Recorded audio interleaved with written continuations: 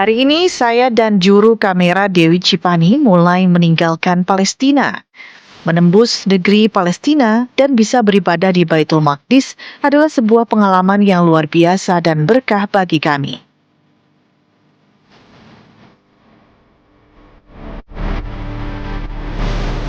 Perjalanan saya bersama rombongan Sahabat Tour and Travel selanjutnya adalah negara Yordania. Yordania adalah negara yang berbatasan langsung dengan Palestina di sebelah timur tepi barat.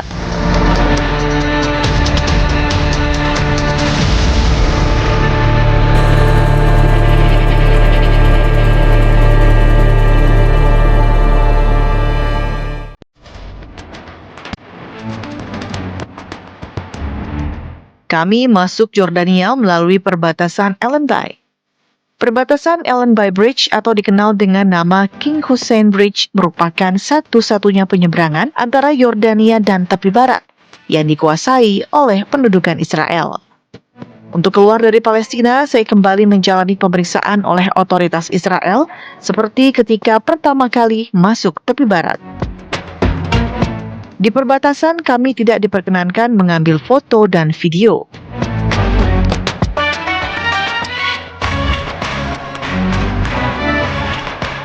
Usai menjalani pemeriksaan oleh otoritas kedua negara, akhirnya kami masuk wilayah Yordania.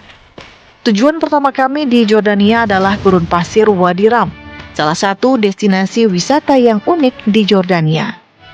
Wadi Ram yang dikenal dengan Lembah Bulan terletak di Yordania Selatan atau sekitar 60 km di sebelah timur kota Aqaba.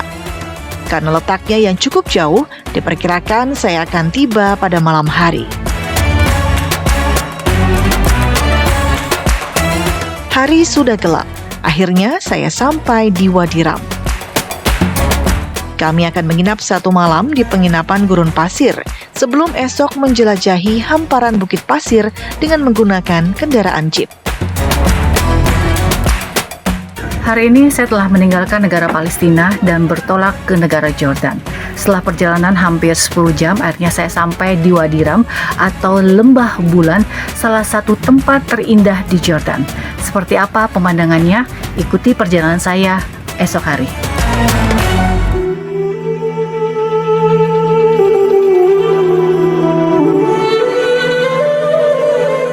Hari sudah pagi, dan inilah pemandangan Oasis Camp tempat saya menginap.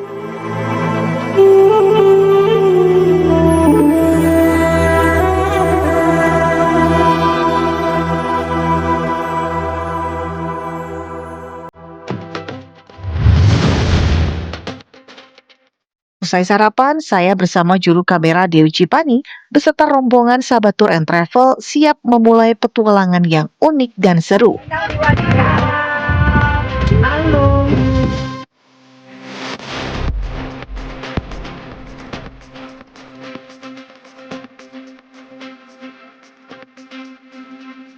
Dengan mengendarai kendaraan jeep, kami menjelajahi hamparan gurun pasir merah dengan gunung bebatuan besar di sekitarnya. Lantaran pemandangannya yang berwarna merah dan hampir tak ada tanaman, tempat ini dijuluki sebagai Marsnya bumi. Lembah pasir Wadi Ram merupakan yang terbesar di Yordania, dengan luas area mencapai 720 km.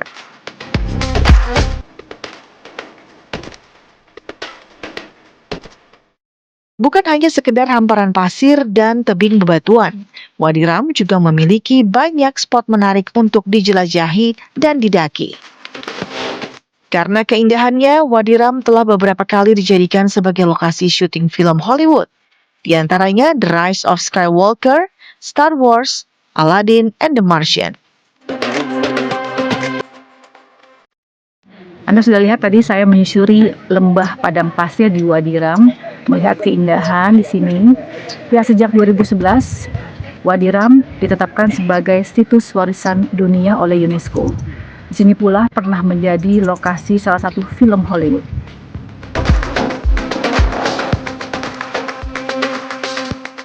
Di Gurun Wadi Ram masih terdapat suku asli bernama Bedouin yang hidupnya berpindah-pindah di gurun pasir.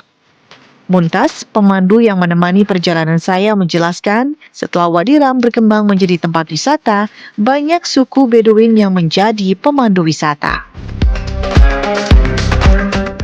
Ini Muntas bahasa Indonesianya lancar, pernah Terima kasih. tinggal di Yogyakarta. Iya.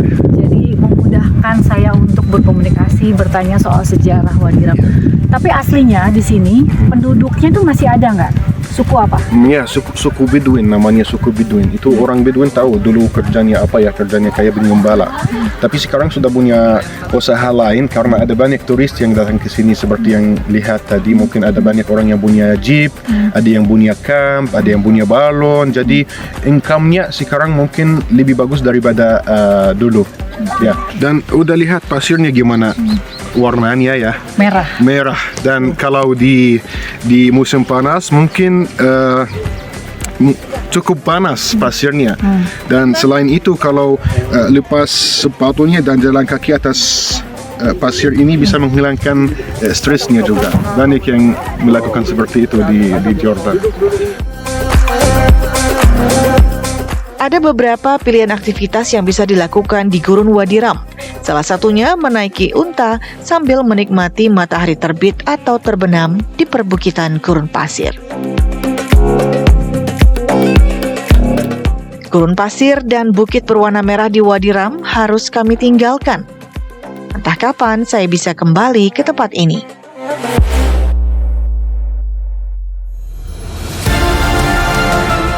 Setelah kembali ke hotel, kami melanjutkan perjalanan menuju destinasi lainnya di Jordania.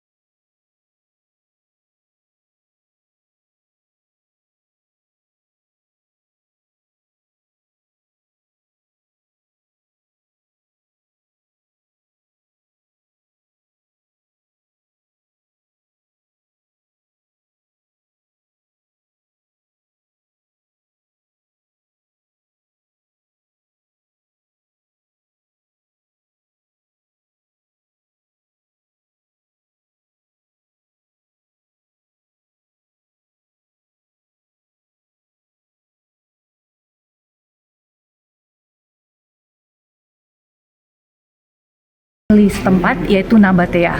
Bangunan ini sudah ada sejak abad keempat sebelum Masehi atau usianya kurang lebih 2000 tahun.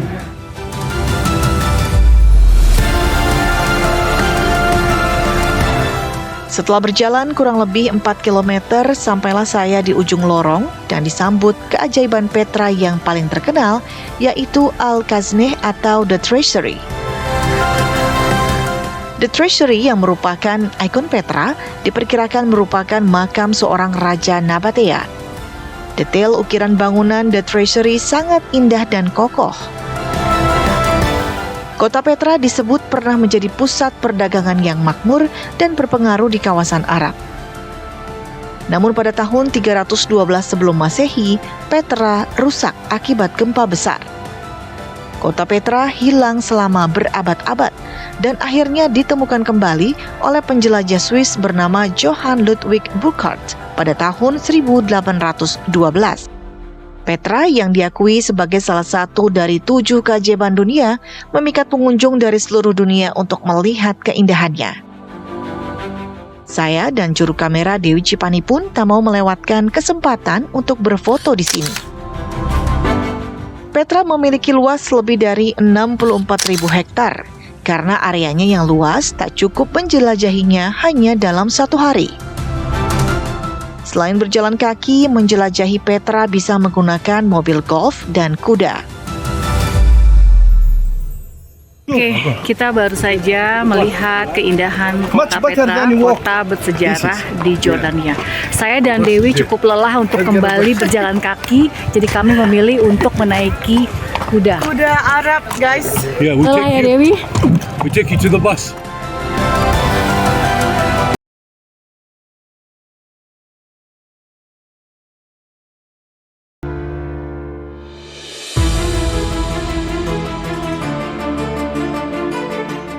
Setelah puas melihat keajaiban kota Petra, kami melanjutkan perjalanan menuju wilayah Abu Alanda, sekitar 10 km sebelah timur kota Amman, ibu kota Jordania.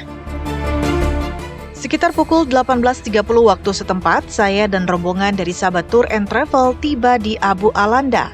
Di kawasan Abu Alanda terdapat sebuah gua yang diyakini sebagai gua Ashabul Kahfi, yang kisahnya diceritakan dalam surah Al-Kahfi. 7 pemuda yang tertidur 300 tambah 9 tahun di dalam gua ini. Dalam gua ini kita akan melihat 7 kuburan, ya, sesuai apa yang tersebut di Al-Quran Al-Karim, dan kita akan lihat 2 lubang, ya, dan yaitu juga tersebut di Al-Quran Al-Karim dengan di ayat wa tara syamsa idza tala'at tazawur an kahfihim dzatal yamin wa idza gharabat taqriduhum dzatal shimal. Itu artinya ketika matahari naik masuk dari lubang yang nanti kita akan lihat, wa idza gharabat taqriduhum dzatal shimal, ketika matahari mau turun masuk dari lubang yang lain. Dalam Al-Quran dikatakan gua tersebut menjadi tempat perlindungan bagi sekelompok pemuda soleh yang melarikan diri dari kekejaman seorang raja Romawi. Para pemuda tersebut menolak perintah untuk menyembah berhala dan dihadapkan pada ancaman hukuman mati. Namun karena keimanan mereka kepada Allah Subhanahu wa Ta'ala, akhirnya Allah menidurkan para pemuda tersebut. Lalu mereka terbangun pada saat kepemimpinan Raja Saleh 309 tahun kemudian. InsyaAllah. Ini ada 7 makam, 7 kuburan, 7 orang Ashabul Kahfi, wallahu a'lam. Ini qabr nomor 1, kalau bawah qabr nomor 2, 3, 4. Ini 4, sini 3. Jumlah 7. 7 kuburan kosong, tulang-tulang semua dalam sini. Kumpul sini sebelum 50 tahun. Ini fajwah di dalam suratul Kahfi, wa hum fi fajwatin min. Ashabul Kahfi 7 orang tertidur di al-fajwah 309 tahun.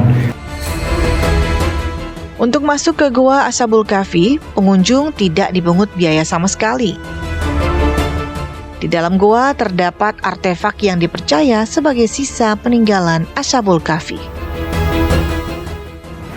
Ya, saat ini saya berada di Gua Ashabul Kahfi, di mana dikisahkan dalam Al-Quran ada 7 orang pemuda yang tertidur selama 309 tahun. Mereka kabur dari hukuman mati karena menolak berhala. Kisah dari ketujuh pemuda ini bisa menjadi pedoman hidup kita ambil hikmahnya mengenai iman dan ketakwaan. Perjalanan saya menjelajahi bumi para nabi di Mesir, Palestina, dan Jordania belum berakhir. Tetaplah di Bukan Jalan-Jalan Biasa.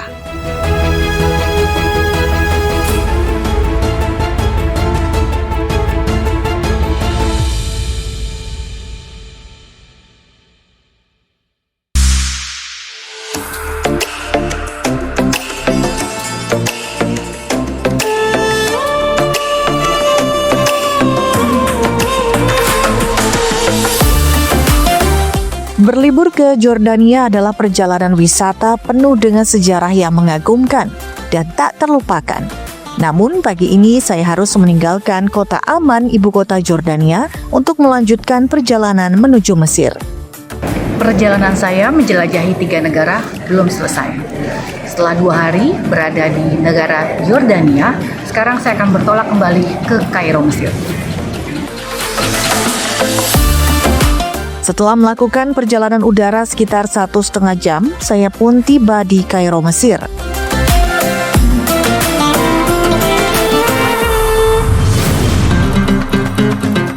Dari Bandara Kairo, saya langsung menuju Benteng Salahuddin Ayyubi. Benteng Salahuddin Ayyubi adalah salah satu situs bersejarah yang menarik untuk dikunjungi di Mesir. Ya pemirsa, saya sudah kembali lagi ke negara Mesir. Mesir tidak hanya dikenal dengan piramida dan Sungai Nil. Di ibu kota Kairo terdapat satu peninggalan masa lalu yang membuktikan adanya peradaban besar Mesir. Jejak indah masa lalu itu adalah Benteng Salahuddin Ayyubi. Benteng yang dibangun antara tahun 1176 hingga 1183 ini dirancang oleh Salahuddin Al-Ayyubi saat masa pemerintahan dinasti Ayyubiyah. Salahuddin Al-Ayyubi adalah seorang panglima muslim yang dikenal sebagai pemimpin beriman. Benteng yang terletak di Bukit Muqattam, bagian tenggara Kairo ini merupakan salah satu benteng pertahanan penting bagi kaum muslim pada saat itu. Benteng Salahuddin Al-Ayyubi masih berdiri dengan kokoh hingga saat ini.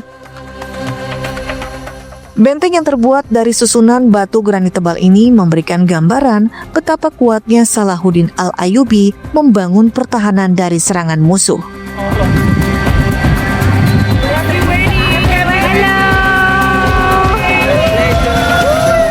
Salahuddin bisa kalahkan 12 pasukan dari 12 negara yang lebih dikenal dalam sejarah namanya Perang Salib.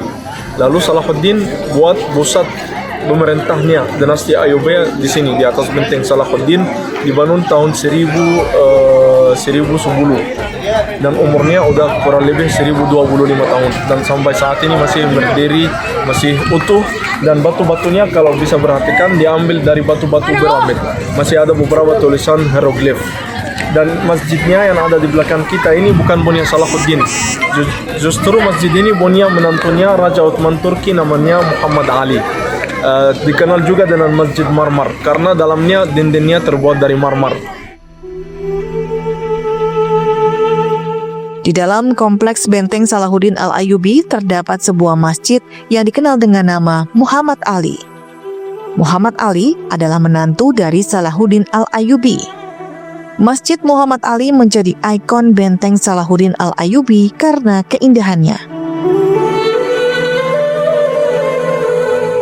Keindahan arsitektur Masjid Muhammad Ali dinilai mirip dengan arsitektur Masjid Sultan Ahmed atau Masjid Biru di kota Istanbul, Turki. Allahu Akbar, Allahu Akbar. Masya Allah, saya juga baru tahu kalau ada masjid yang sehebat ini selain yang di Hagia Sophia di Turki ya. Jadi ini ternyata lebih artistik, pokoknya lebih inilah saya dah kagum sekali dengan adanya masjid ini. Dilihat dari bangunan-bangunannya ini juga mencerminkan bahwa ini adalah bangunan yang sudah beberapa ribu tahun yang lalu gitu ya. Kalau dilihat ini adalah lampu yang menggantung berjumlah 365 hari sesuai dengan jumlah hari selama setahun. Masya Allah indahnya. Jika dulu sebelumnya dijadikan sebagai masjid untuk tempat sholat, namun kini dibuka untuk umum dan dijadikan sebagai museum.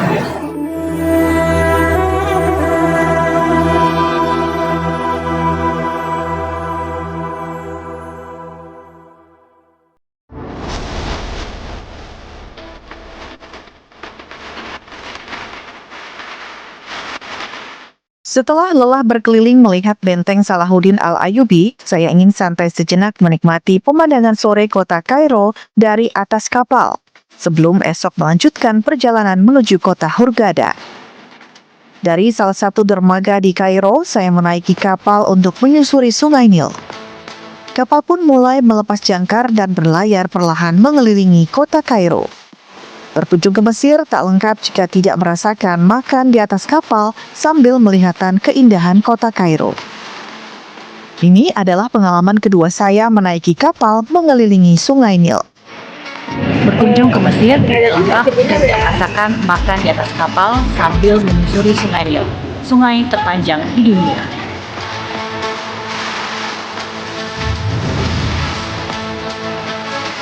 Sungai terpanjang di dunia ini menyajikan suasana tenang dan nyaman yang akan membuat wisatawan rileks. Pelayaran makan di Sungai Nil sungguh pengalaman yang menyenangkan. Sesekali kami naik ke atas merasakan angin laut dari geladak kapal. Makan di atas Sungai Nil merupakan destinasi wisata yang sedang hits di Mesir. Selain suguhan aneka menu makanan yang lezat, para penumpang juga disuguhi hiburan di atas kapal. Pertunjukan tari sufi menjadi hiburan utama bagi pengunjung usai makan malam. Tontonan tarian sufi di atas kapal menjadi pengalaman yang unik, di mana menggabungkan keindahan tarian dengan suasana laut yang menyenangkan.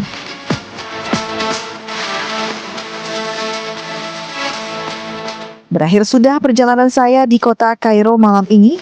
Esok saya akan bertolak ke Hurghada, kota pesisir di Mesir yang menawarkan pemandangan Laut Merah yang mempesona. Tetap di Bukan Jalan-Jalan Biasa.